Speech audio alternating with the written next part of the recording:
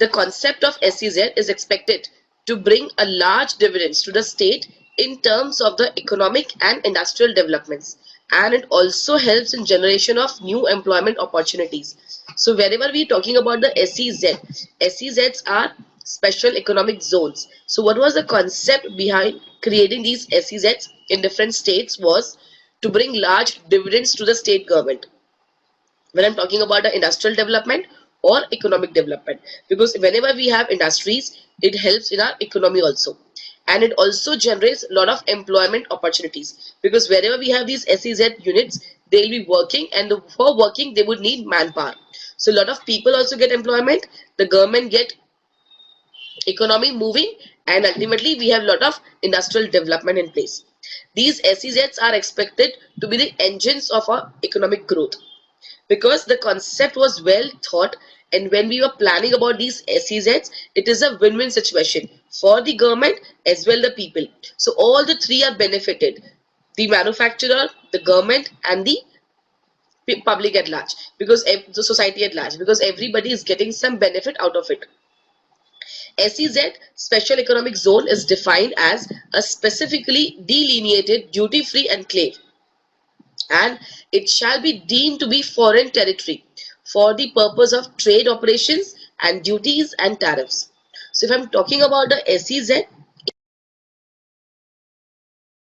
in a layman's language, I can say SEZ is nothing but a foreign territory, that is a foreign land in our own land, effectively. Because wherever we are setting up those SEZ, whatever is coming out of those SEZs or going in that SEZ is not treated as a local market. That is a foreign market. So we have export and import applicable on that. So SEZ is actually a deemed foreign territory for the purpose of trade operations, duties and tariffs. So whatever are the working of these units, they are same as a foreign territory working on our land. It covers a broad range of more specific zones, including free trade zones, export processing zones, free zones, industrial estates, free ports, wherever we have all these ports for shippings, or urban enterprises zones, and all the others. So if I'm talking about these SEZs, we have some specific zones also, focusing on a particular aspect only. Then what is the history of these free trade zones? So the first free trade zone in the world had started in the year 1965 on 1st January at Kandla port, which was Kutch in India. Then by 1978, India had another 4 free trade zones at Mumbai, Chennai, Noida and Falta. In 1978, India had gone through the major economic makeover, and they had realized the power in concept of the free trade zones. So earlier we were talking about these free trade zones. These free trade zones, first of all, India began with Kutch, Kandla port in Gujarat. Thereon, we had some more free trade zones in 4 different parts of the country, like Mumbai, Chennai, Noida and Falta. Because of these free trade zones, we can give a lot of credit to this initiative of the government. We could see there were a lot of major economic changes. A lot of makeover was done in our economy, and they realized the power of these free trade zones. So finally, not only talking about paper, not only theoretically, but practically also, Indians, people, government could feel the difference of having these free trade zones and what boost it contributed to the economy. First Chinese free trade zone became operational in 1984 in Shenzhen. In the year 2000, one zone of Shenzhen was exporting thrice of India. So we can imagine the development Chinese had. In the year 84 only, they started with this, and by the time they reached 2000, one zone of Shenzhen was exporting thrice of the quantum of Indian exports. So we can just imagine India as a whole is doing, only one unit of Shenzhen was managing it in the triple times. So otherwise also we have seen when it comes to production, China has been working very, very rigorously. Maybe because of that, China could become very soon. China is, maybe because of the population, China has problem. Otherwise, when it comes to advancement and development, China has gone a long way. As on today, there are about 2000 operation free trade zones spread over 150 countries in the world. So if I have a brief history about these free trade zones, we can say there are approximately 2000 spread over in 150 countries of the world. Now coming back to our SEZs, what are the fundamentals of these SEZs? These SEZs, like special economic zones, are fundamentally different from the traditional free zones. The traditional free trade zones we had, the traditional zones which we had, they are little different from the existing SEZs we have. They are much larger in size, offer broader range of activities such as a single window management, streamlined procedures, duty-free privileges. Also, they have access to the domestic market on a duty-paid basis. So if I want to differentiate from those different free zones, then this SEZ, we can say these SEZs are much larger in sizes. So now we are setting up on a larger scale, not working on a small scale. And they offer a broader range of activities. So now they're not focusing only on one particular thing. Now they have broad range of activities. So they are widening the quantum of the work. And they also single window management, that is one-stop shop sort of a thing. So whatever activities are to be done, instead of going to different places, instead of managing different people and situations, it has been centralized, so we can have everything under one single window only. Procedures are highly streamlined, so instead of creating complications or making it longer, the procedures are so simplified, so streamlined, then it is easier for people to get into this. We get all the duty-free privileges also, because if I'm talking about the duty-free shops, as those are available here also in SEZs, also we get some benefit of these duty-frees. It also has access to domestic market, but obviously if I'm talking about domestic market, I need to ensure the domestic market will not be treated as a domestic only. This will be on a duty-paid basis only, because ultimately SEZs are deemed foreign territories on our land. So if I'm talking about any enclave, whether it is a EPZ, FTZ or SEZ, the most important, the cardinal factors are, we are looking for appropriate infrastructures and the transportation facilities. Because even if I'm talking about the food trade zones, SEZs, any of these zones, my concern here would be about a proper infrastructure. Any setup, be it a manufacturing setup or service industry, till we have a proper infrastructure, it is difficult for us to progress. Because till we have proper infrastructure, till we have proper facilities to manage the show cannot go on. So the most important part here we are discussing about is a proper appropriate infrastructure to be provided. The next is the transport facilities. Whatever are the producers, sometime we're reading about a perishable product, sometime we're not talking about a perishable product. Every product has a different shelf life. Till we are well connected by road or rail or sea, till we are well connected, these produce will not be circulated on time.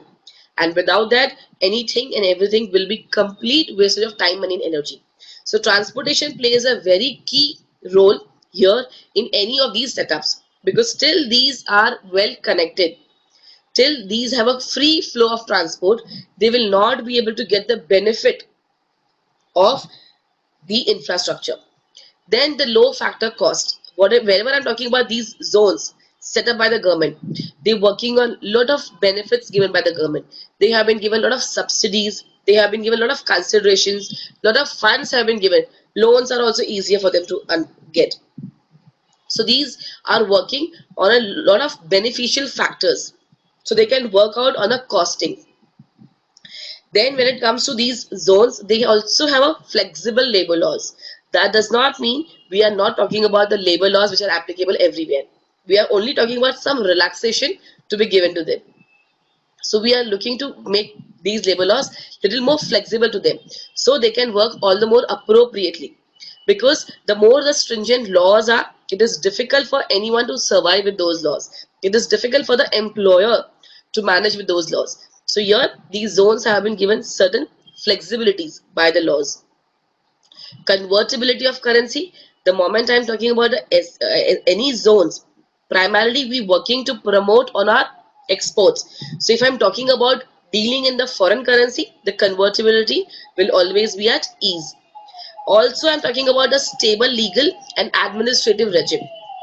Till we have some stable policies, till our foreign trade policies, our own local administration is taken care, it will be difficult for anyone to survive.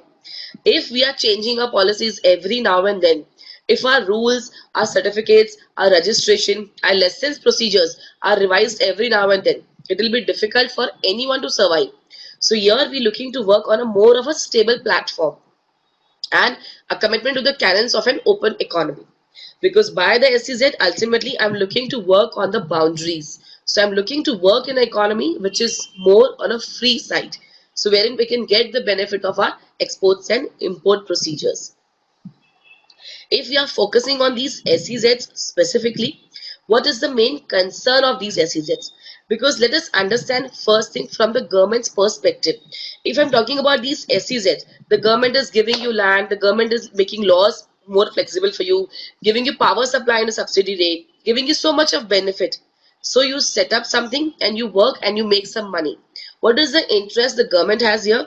One, the government gets some good hold of foreign exchange, good hold of the foreign market. Second, employment is generated, and for society it adds to the economy, and society overall is also getting the development benefits.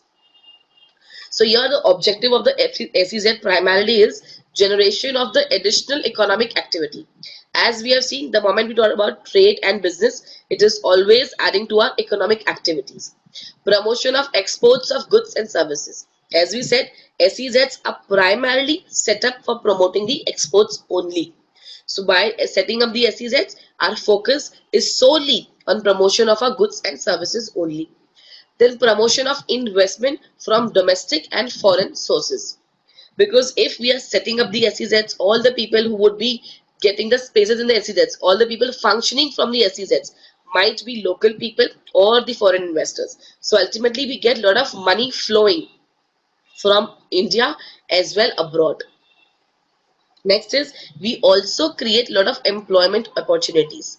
So wherever I'm talking about India as a country, we have always been struggling to get out of two problems. One is illiteracy and second is unemployment. So here by SEZ, the government is looking to work on the one of the weakest aspect, that is creating the employment opportunities.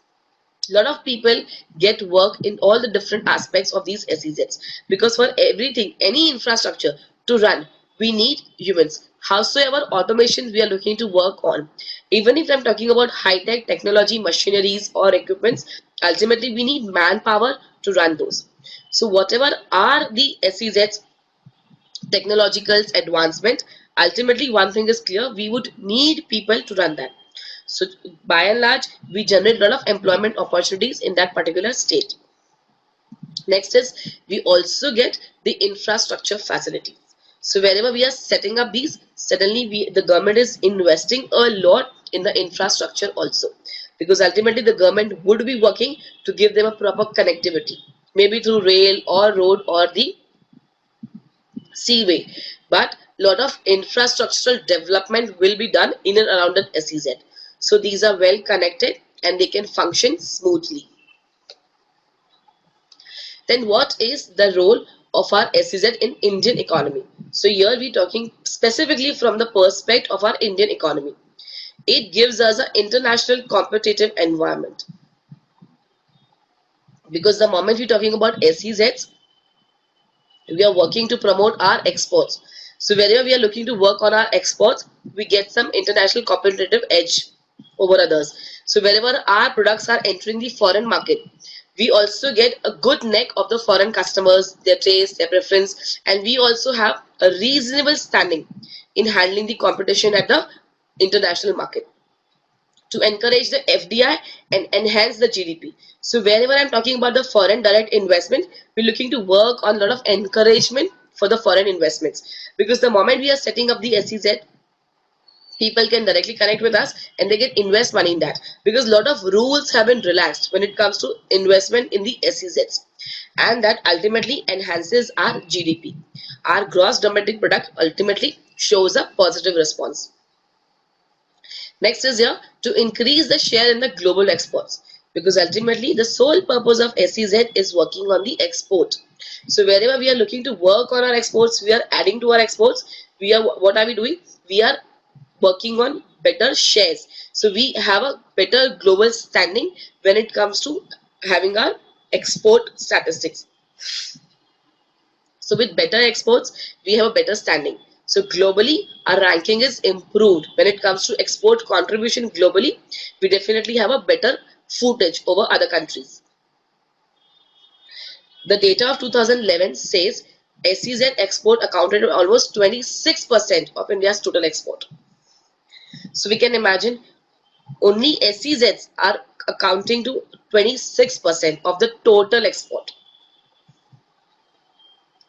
Going forward, we'll see what are the salient features of these SEZs. So the moment we're talking about the SEZ, I think one thing we are very clear is SEZs are primarily for the promotion of exports only. This is clear. Then we can say, if I'm talking about the SEZ, lot of relaxations, lot of benefits have been given by government for people to set up their own units.